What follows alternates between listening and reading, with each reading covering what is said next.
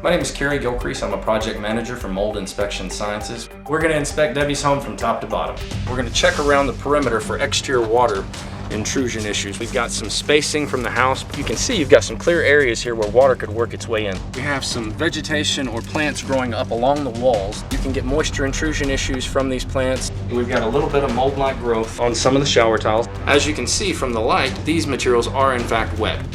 What we have here is an impact meter. It checks for molds, any airborne particulates. It tests for allergens, pet dander, skin cells.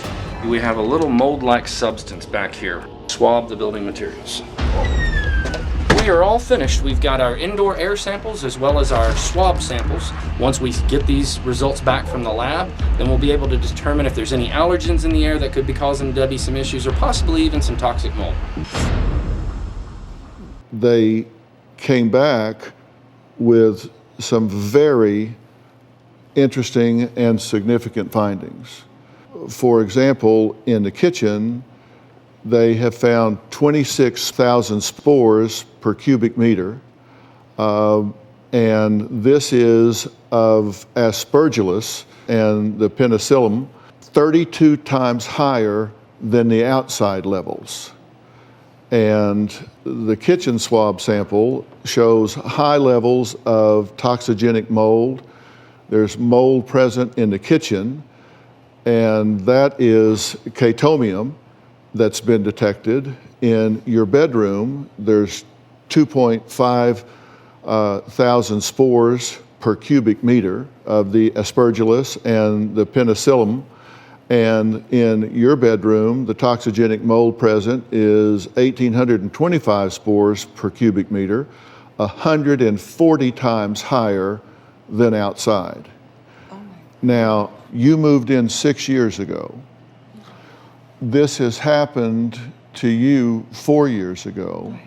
Why you and not you? You're there more than he is. Yeah.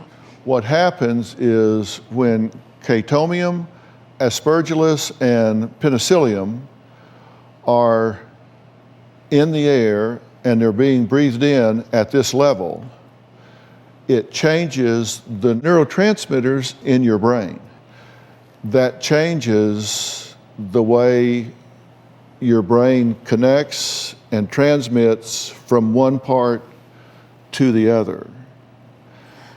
If you mix that with various medications, then you begin to see very bizarre behavior. So if you have the mold spores and then on top of that you put in medications, you're all of a sudden, you're crossing wires up and thinking up in a really bizarre fashion.